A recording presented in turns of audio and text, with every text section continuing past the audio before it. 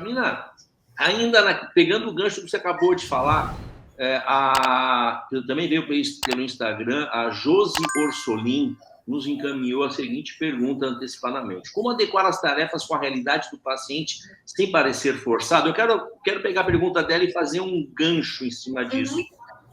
Época de Covid, complicação, todo mundo com a vida mega virada de ponta cabeça, tal. Isso tem atrapalhado? Você reparou que atrapalhou a questão das tarefas?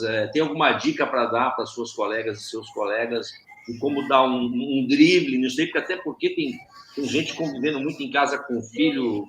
A vida de todo mundo está de ponta cabeça, né? Uma coisa era o antes do Covid, que você dava lá a tarefa, a pessoa tinha uma semana para fazer e tal. Hoje a pessoa, muitas vezes, não tem nem um dia para fazer nada. Como é que isso ficou aí em relação à realidade das pessoas no mundo que a gente está vivendo hoje? Olha, tem duas possibilidades de entendimento dessa adequação. Uma é para esse contexto maluco que a gente está, da Covid, de atendimento remoto, ou mesmo da pessoa vai e encontra com você num consultório, mas ela vai com medo, ela vai com máscara, isso interfere um pouco nas relações que a gente estabelece com todo mundo. Então, adaptar tarefas para que ela possa fazer no convívio da casa dela, de quando ela está na casa dela, isso tem uma coisa que tem sido necessário e tem sido útil.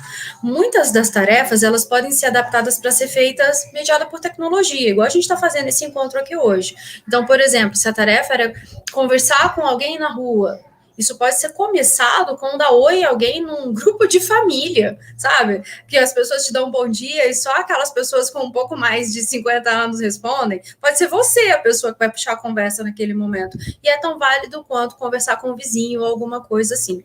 A segunda adaptação, que eu imagino que seja o que a pessoa que mandou a pergunta está falando também, é que algumas vezes a pessoa que a gente vai passar a tarefa não tem familiaridade, não faz parte da vida dela aquilo que a gente quer que ela faça. Então, por exemplo, eu não vou passar uma tarefa de ler um texto, ler um poema para uma pessoa que não tem o hábito de ler e que eu não percebo abertura para isso. Porque ela não vai fazer, ou se ela fizer, não vai ser prazeroso para ela. Eu posso precisar adaptar essa tarefa para assistir um seriado, um jornal, um jogo, por exemplo, algo que faça mais sentido a ela. Eu quero uma música, eu quero que ela ouça uma música, mas ela gosta de funk e eu não conheço de funk. Então eu sinto muito, meu querido terapeuta, é você que vai ter que procurar os funks e ver algum que se encaixa, ou pedir ao seu cliente que escolha um funk que ele acha que se encaixa e trabalhar isso com ele. A gente se adapta à realidade do cliente. Então não adianta pedir uma coisa que não é ecológica para a vida dele, ecológica no sentido de que não encaixa com o jeito que ele vive ou com as coisas que ele gosta, porque ele não vai mesmo fazer. A não ser que você precise trabalhar abertura e experiência. Então, algumas vezes, a gente pede coisas que são muito fora da realidade do cliente, porque é isso que você quer trabalhar com ele, abertura. Você quer que ele veja o mundo com novas possibilidades, mas aí você começa com uma hierarquia mais simples. Então, por exemplo, eu quero que a pessoa experimente uma comida que ela nunca comeu. Eu vou pegar uma comida que faz na casa dela normalmente, que ela não costuma comer, e vou pedir que ela experimente. Eu não vou pedir para ela pedir um prato japonês, que ela vai gastar dinheiro, que ela pode detestar, que pode ter um monte de implicações, e que se o restaurante não for bom, a comida vai ser ruim mesmo, tá? Então, você mapeia o que acontece na vida do seu cliente e adapta a tarefa de acordo com a realidade dele.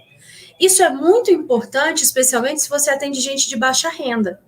Porque você não vai sair por aí pedindo para comprar coisas, fazer uma massagem, ir a um lugar, não sei qual, ele não tem dinheiro para isso, na cidade dele não tem esse lugar. Mas você consegue uma outra tarefa com a mesma função, que trabalhe o mesmo ponto que você precisa trabalhar e que caiba na realidade dele. Uma das tarefas mais bonitas que eu já pedi para uma pessoa de baixa renda, ela fez, foi super legal. Eu pedi que ela era uma pessoa que o dinheiro era muito contadinho. Então, as coisas na casa dela entravam por necessidade extrema, tá?